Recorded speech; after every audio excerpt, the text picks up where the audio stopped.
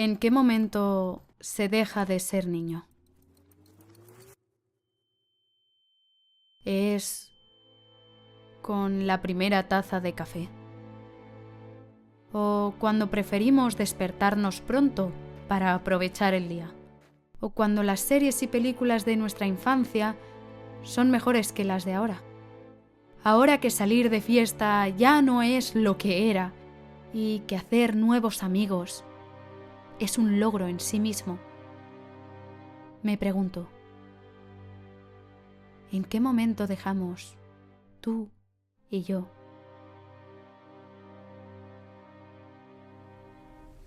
de ser niños? No sé tú, pero yo hace tiempo que dejé de soñar. Y no me refiero a soñar con ese viaje a Japón o conseguir ese ascenso. Me refiero a sueños de verdad. De esos sueños que te erizan la piel.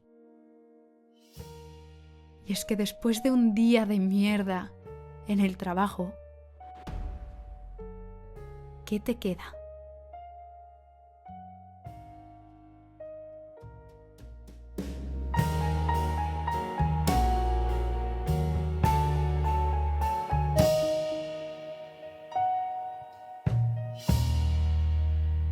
Capítulo 1.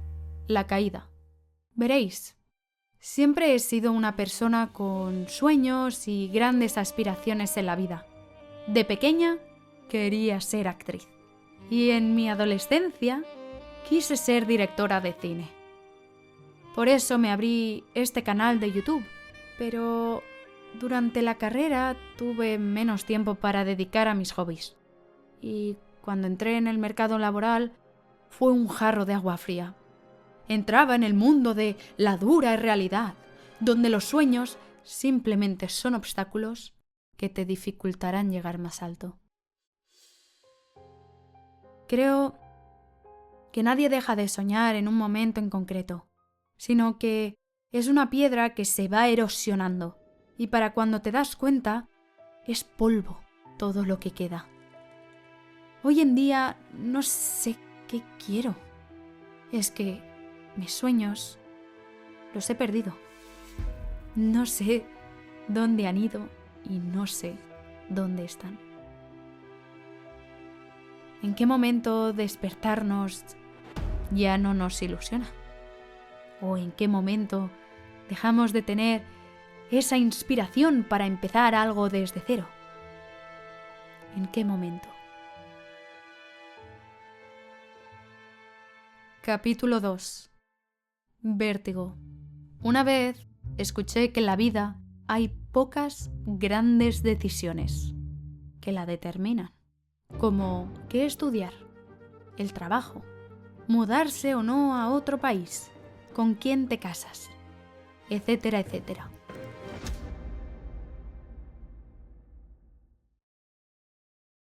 Pero, ¿y si todas las tomo mal?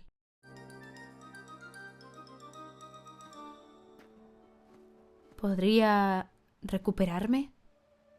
¿O seré un barco completamente a la deriva? ¿Qué decisión debería tomar?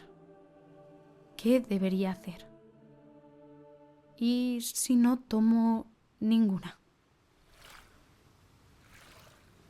Pero claro, no tomar una decisión también es una decisión. Me da vértigo y miedo. Miedo al qué pensarán, miedo a las consecuencias, a los errores, al qué dirán, a con quién me compararán. Si como yo, tus 20s han estado llenos de ansiedad y no han sido como los imaginabas, todos estamos ahí. Nadie sabe qué hacer. Todos estamos descubriendo que el futuro no era tan fantástico como pensábamos. Cuantas más personas conozco, más descubro que la vida no es un camino, sino como un libro. en el que tienes capítulos donde a los protagonistas les ha de pasar alguna que otra desgracia y han de superar obstáculos para alcanzar su objetivo, ya que si no, nadie se leería el libro. Lo mejor que puedes hacer es darte cuenta en qué capítulo estás para seguir avanzando con tu historia. Y recuerda, es tu historia. Ni la mía ni la de los demás. Es la tuya. Lo que significa que si un capítulo va mal, simplemente tienes que esperar al siguiente. Y por muchos obstáculos que tenga la historia, siempre va a avanzar. Capítulo 3. El reencuentro. A todos nos da miedo hacer algo por primera vez y cometer errores. Pero piensa que son como las arrugas de tu identidad.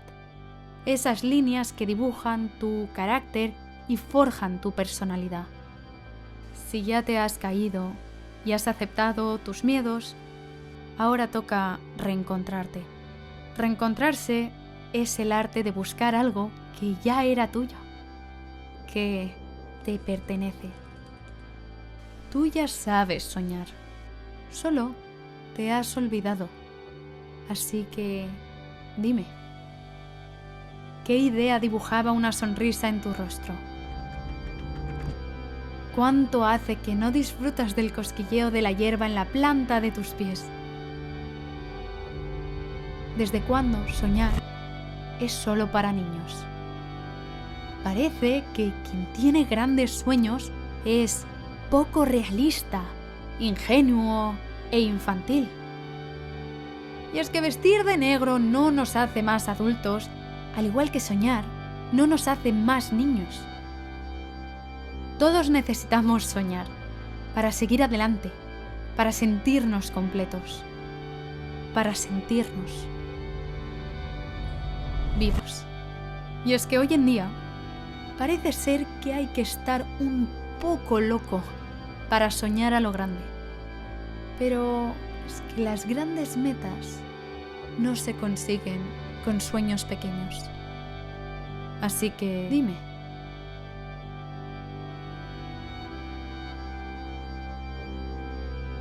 ¿te atreves a soñar?